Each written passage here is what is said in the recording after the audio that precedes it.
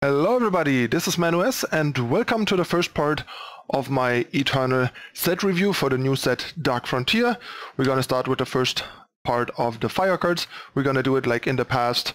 That means one page of cards per color per part, which means 12 cards usually per part.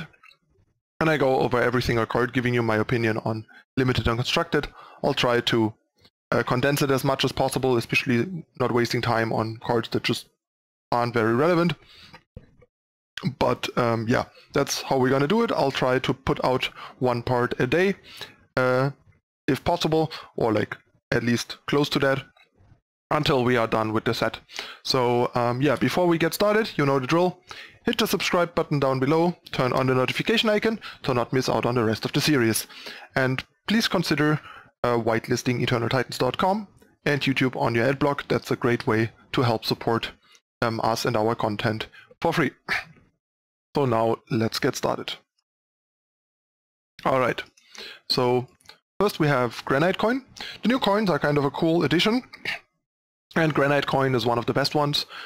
Being able to deal 1 damage for effectively 1 power while playing this power, because it comes into play depleted, so effectively you paying 1 power to deal 1 damage, with the minor downside of having to trigger Onslaught first. But yeah, this is basically at a similar power level as Vara's Favor, and we all know how good Vara's Favor is. This doesn't drain for 1, obviously, and might be a little harder to use on turn 2, because if you use it on turn 2, that requires you to have a unit on turn 1 and be attacking. But also, if you do that, you might want to play a 2-drop on turn 2 because you're an aggro deck and not a depleted coin. But to be fair, if there is a great target, it might very well be worth it to play coin and another 1-drop. So it's not that bad, except that depleted power is a bit problematic in aggressive decks. But if your depleted power basically comes with a removal attached, it is pretty good. Right now I think the main issue is that we don't have any good aggressive decks with a lot of 1-drops where you could play this. But all in all, I think the card is fairly strong and will be quite interesting down the line, and also limited. Having the utility to kill small things or finish off small things post-combat is really, really nice. So the card is quite strong. Next we have Brent's Crying. This card is just really bad. It has Warp. That's the only redeeming factor here. But basically every time you draw this without being able to warp it, it is just terrible. You invest a whole card into just a scout, and even like scout synergies in this set don't remotely justify that or redeem that. It's just a really, really bad card in both formats, in my opinion. Next we have Char. So Shock has reached Eternal. We had Lightning Bolt the entire time. Arguably Lightning Bolt Torch is not quite as strong in Eternal as it was in Magic when it was around, due to the sizing differences and more life total. But yeah, Char is still pretty nice. Being fast is pretty big here compared to Signal Flare. Sure, Scout is nice and all, but especially when you deal damage that is not always sufficient to kill what you want to kill, like with Char or Signal Flare, being fast is a pretty big deal to, for example, finish something off in combat with Quick Draw, which comes up a fair share in Fire, and especially in more aggressive Fire decks. So being able to use this as a pseudo +2/+0 combat trick is a pretty big upside over Signal Flare, and makes it much, much more playable in a wide range of situations, making this a pretty nice card in Limited and a decent, interesting card in Constructed.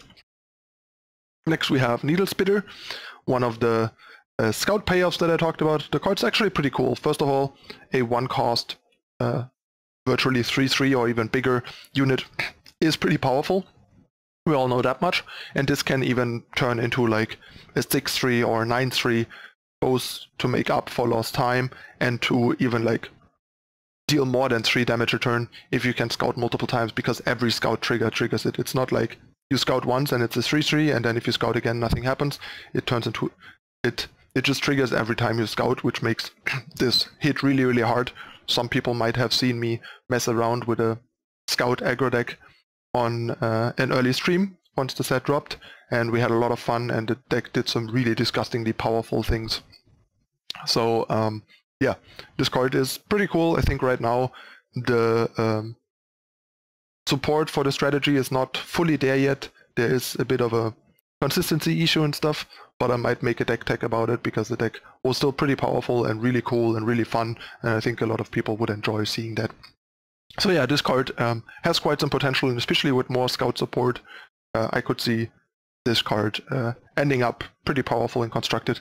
In limited, if you have enough support, put it in your deck if you have an aggressive deck with enough scout, because this card can be a monster.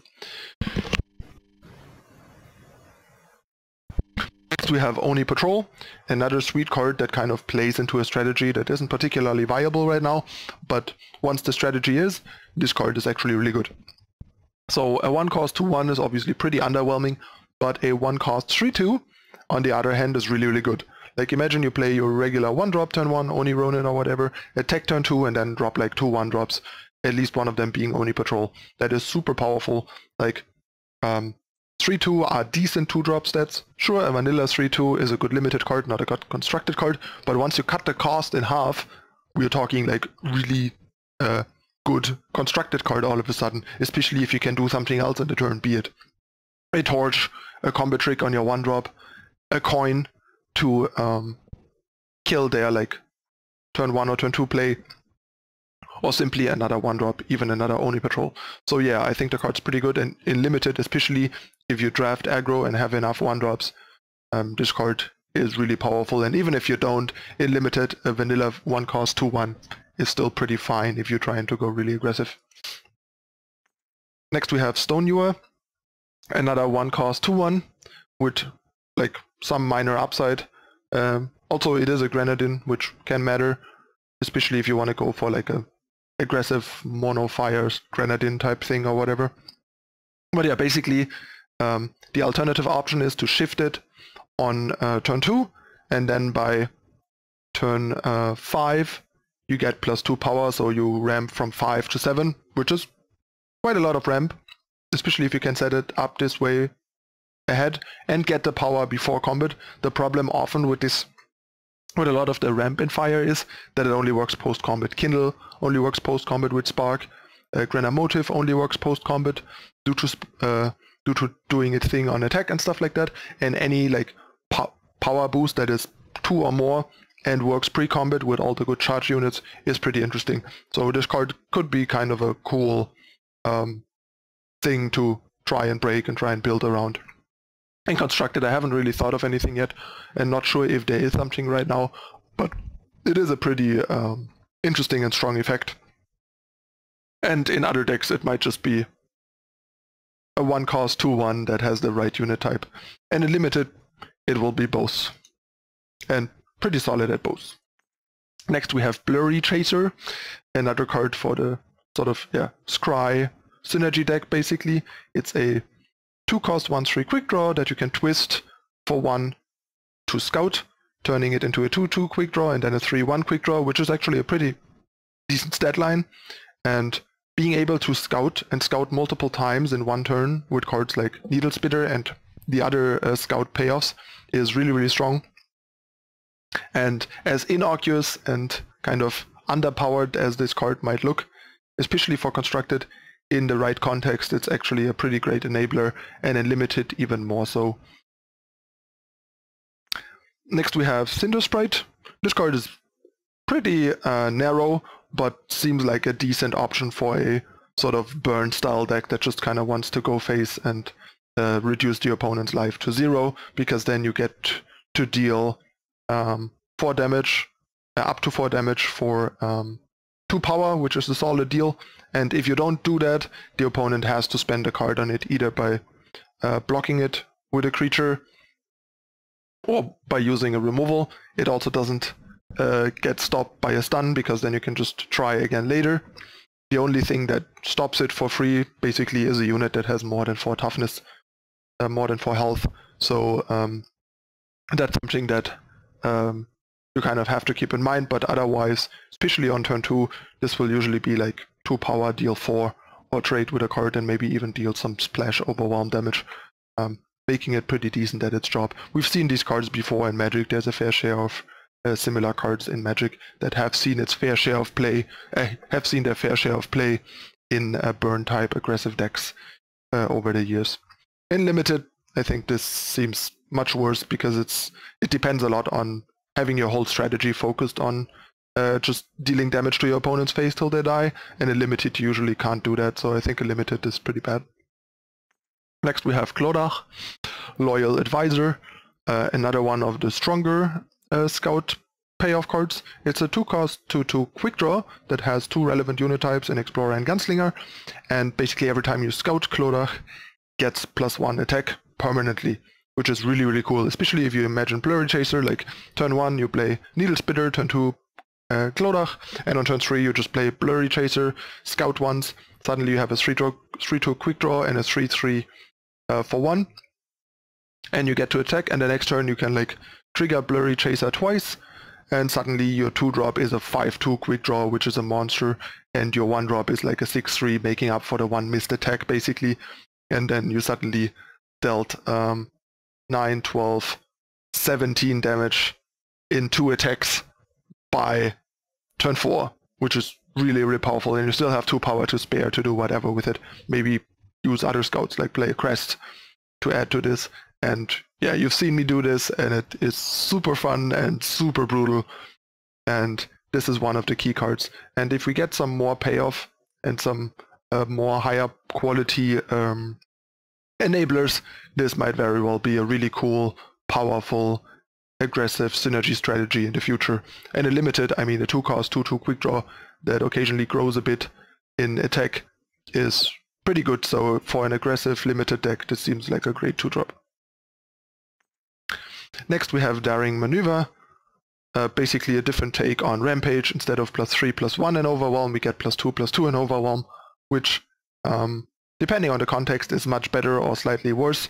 Having an extra toughness, especially when we're not talking quick draw, matters quite a bunch, but losing that 1 attack can make sure you're not winning critical combat. Like for example, Rampage lets Verdius beat something like Vara or Titan, while Daring Maneuver doesn't, and so on. But both are not great in Constructed. Basically any trick that costs more than 1 in Constructed is pretty bad. Rapid Shot is kind of like a corner case option that still has a lot of power for how much it costs, and occasionally still sees some play, but it's basically fading out for exactly the reason that the power level and quality in Constructed have reached a point where combat tricks are problematic, especially if they cost more than 1, and especially if they are like kind of inflexible like Rapid Shot. So anything weaker than Rapid Shot has no chance in Constructed these days. In Limited, however, it is a pretty solid combat trick, I would say, in an aggressive deck. Next we have Guns Blazing, another pretty bad warp card. First of all, it costs 2 and only gives 1 of your units quick draw this turn. No stats, and whooping 2 power to do that. It's just really, really bad, even in Limited, I think. I think this would have to cost 1, and even then it's not great, but then it's at least okay, and does enough if you get to warp it. If you don't get to warp it, it's never particularly good, and for 2 it's just horrible. I don't get this card. This is one of those cards again that's just like so underpowered. It's hilarious and saddening at the same time, even for Limited. Next we have Horde Duelist. Power creep is setting in. In the past this used to be a 2-cost 2/1 charge, now it's a 2-cost 2/2 charge. So yeah, still not good enough for Constructed, but for Limited this is a pretty good 2-drop, I would say. So if you're in the market for an aggressive Limited deck, this is pretty sweet. It's also pretty sweet at enabling Onslaught on an empty board, for example. So yeah, a pretty solid to good common in Limited, I would say, in aggressive decks. Alright, that has been the first part of the fire cards. Let me know in the comments what you think of the cards and my opinion and evaluation of them, or if you have any questions, feedback on the series and what you would like me to do. Always happy to hear constructive input on how to change and improve things going forward to provide the best content possible for everyone watching. Alright, As usual, you know the drill. If you enjoyed the series, hit the like button, subscribe to the channel, turn on the notification icon to not miss out on future content, share it with your friends, leave a comment. Everything you do to interact with the content helps its visibility and helps me make more content. And of course, last but not least, please consider whitelisting EternalTitans.com and YouTube on your adblock to help keep the free content going. That's it again for this time. I'll see you with the second part. Thanks for watching, everyone. I'm your host, ManuS. See you next time.